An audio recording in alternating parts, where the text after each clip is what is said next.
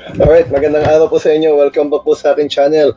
Marami pong nagganap. Napaka-bibigat na pangyayari sa Senado ngayong araw at hindi po tatalakayin yan. Inyo po sana ako samahan. Sana po magkausap-usap tayo. Mag-subscribe po sana kayo, mag-comment, mag-like, mag-share para marami po tayong mapag-usapan. Pag-uusapan po natin yung mga nangyari sa Senado kanina, pagdating ni Senator Chis Escudero at kung ano ba sinasabi ng batas tungkol sa naging sesyon kanina. Pag-uusapan po natin, meron bang nilabag o legal ba ang ginawa? Yan po, magandang pag-usapan. So ngayon po, alam naman po natin, backtrack lamang po tayo, alam po natin na sa loob ng nakalipas na 2 araw, Monday, Tuesday, wala pong sesyon na naganap sa Senado dahil hindi nga po dumadalo ang Senator ng Majority Black. Sa pagkakataong ito, ang isang Senate President na nanumpa na kailangan niya i-discharge ang kanyang mga duties, kailangan niya mag-preside sa bawat sesyon. Sa konstitusyon, may 3 araw silang mag-sesyon, Monday to Wednesday, every week. Ngayon, dapat siya magpe-preside niyan. Pero siya, bukod tangi, sa kasaysayan ng Pilipinas, ang isang Senate President ang ayaw dumalo sa sesyon na dapat siya ang namumuno. Yan ang sitwasyon ng Senado. Uulitin ko po ang backtrack natin. 2 araw po, Monday, Tuesday, pareho pong hindi sila dumalo. Si Senator Alan Cayetano at ang kanyang mga kagrupo sa Majority Black. Hindi po to official suspension of session dahil wala pong prior notice.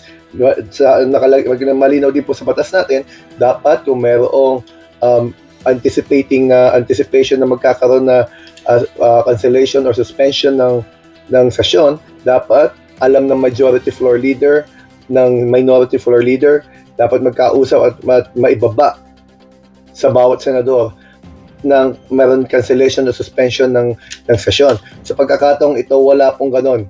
Ang nagkakaroon lang mong ata dinedeklara lang ata o sinasabi lang ata sa mga staff o sa mga piling mga senador at mag-Facebook live. Yun po, doon po busy ngayon si Senator Alan Cayetano sa pagla-live niya.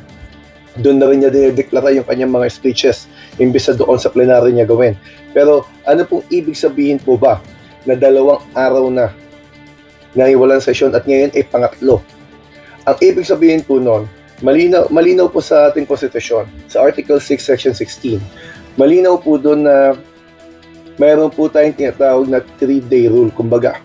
Kasi the Constitution explicitly views or states that neither house shall during the sessions of Congress adjourn for more than 3 days, nor to any other place than that in which the 2 houses shall be sitting without the consent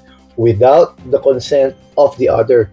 So malinaw po na, uulitin ko po, neither house, ibig sabihin po, mapa-Senado, mapa-House of Representatives, hindi po sila pwedeng mag-adjourn for more than 3 days without the consent of the other. Sa pagkakataong ito, Senado may problema. 2 araw na hindi dumadalo, Monday, Tuesday, walang sesyon, nang walang official suspension of session. Ngayong Miyerkules, pangatlong araw, hindi na naman sila dumating. So, kung walang naganap kaninang ganong kabigat, ang lalabas po niyan, lalabagin natin. They are violating the provision of 1987 Constitution, yung Article 6, Section 16, dahil papasok ngayon yung 3 araw na walang sesyon, na walang pahintulot ng other chamber, which is the House of Representatives sa pagkakataong ito. So para maiwasan yung mga ganong problema, may napakalaking pangyayari kanina na talagang tumama sa konstitusyon para maiwasan ang isang mabigat na problema. Yun po ay ang pagdalo ni Senator Chis Escudero. Isang napakalaking move para magkaroon ng tinatawag natin quorum o makapagsimula ng business ang Senado. Ngayon po, punta po tayo ngayon sa quorum, usaping quorum. Sabi po sa konstitusyon natin, doon po sa quorum, ang sinasabi po doon, ngayon, sa pagkakataon pong ito, yung 13 na majority dapat, supposedly, kasi 24 po yan dapat daw ang majority ay 13 dahil 24.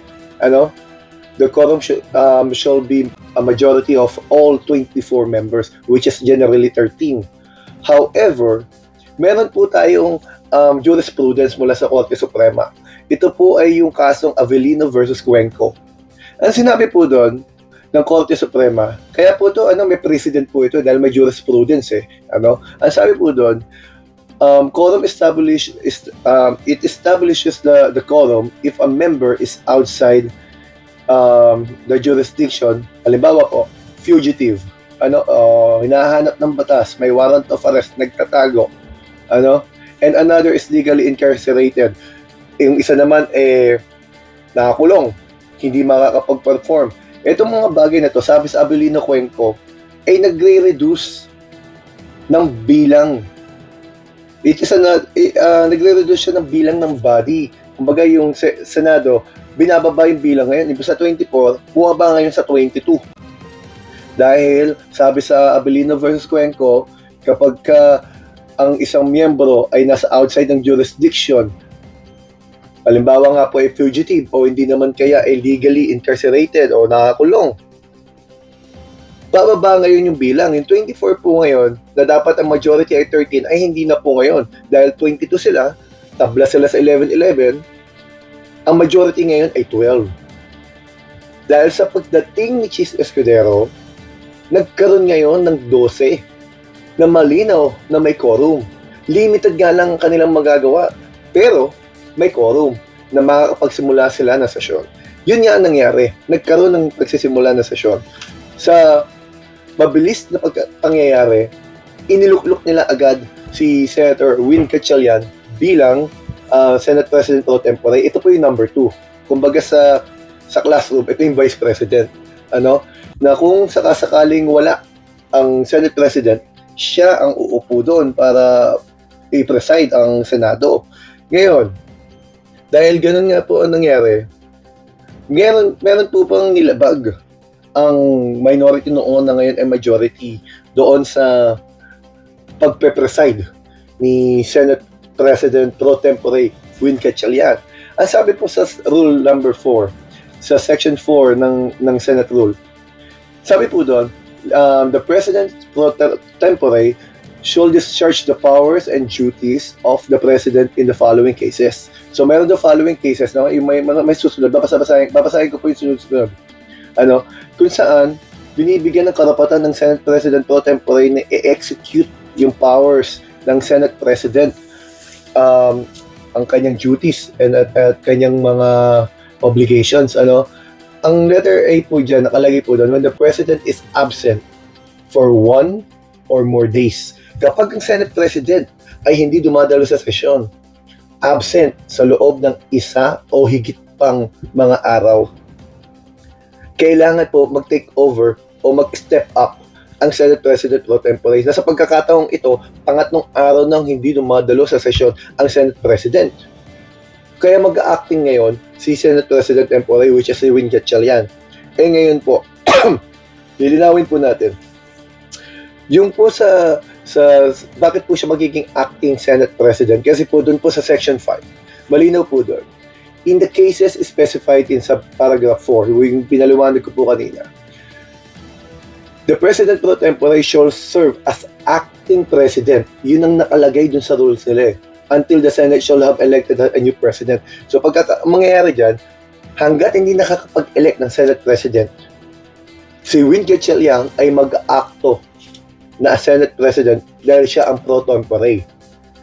Pero bakit ba hindi ginawang Senate President si Gatchalian?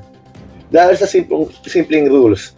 Ang simpleng rule po diyan kasi malinaw naman sa konstitusyon natin. Kailangan para magkaroon sila ng Senate President, magkaroon sila ng 13 bilang. Sa pagkakataong ito, ang boto nila 12 lang. Kapos sila ng isa. Hindi nila matatouch ang Senate President, hindi nila mapapalitan. Pero dahil may quorum sila, kaya nilang palitan ang chairmanships ng mga komite at iba pang mga kaganapan sa Senado. Sila magpapatakbo ngayon ng floor. Kaya lalabas dyan, lame duck itong si Alan Cayetano dahil wala siyang magagawa. Siya ang Senate President pero talo siya sa botohan pag nagkakaroon ng botohan.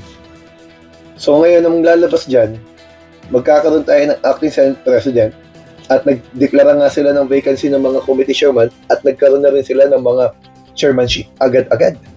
At dineklara nila yan. Yan po ay legal.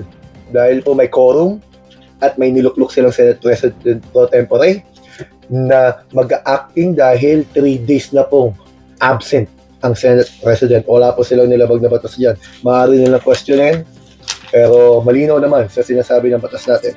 Sa rule number 5, acting president ang isang Senate President tempore kapag wala yung Senate President sa loob ng isa o higit pa ng mga araw. At yun nga ang nangyari. Nag-boomerang kay Alan Cayetano yung pinaggagawa niya. At hindi lang yun. Yung mga mamaya po, upload ko po yung video ko patungkol naman doon sa Blue Ribbon Committee na illegitimate. Dahil hindi po ginawa niya sa plenaryo. Unang-una, nilagay nila mga member doon na ng dating minority o majority black nila Cayetano, basta nilagay lang nila yung pangalan Di ba? Walang usapan doon. So yun ay illegal.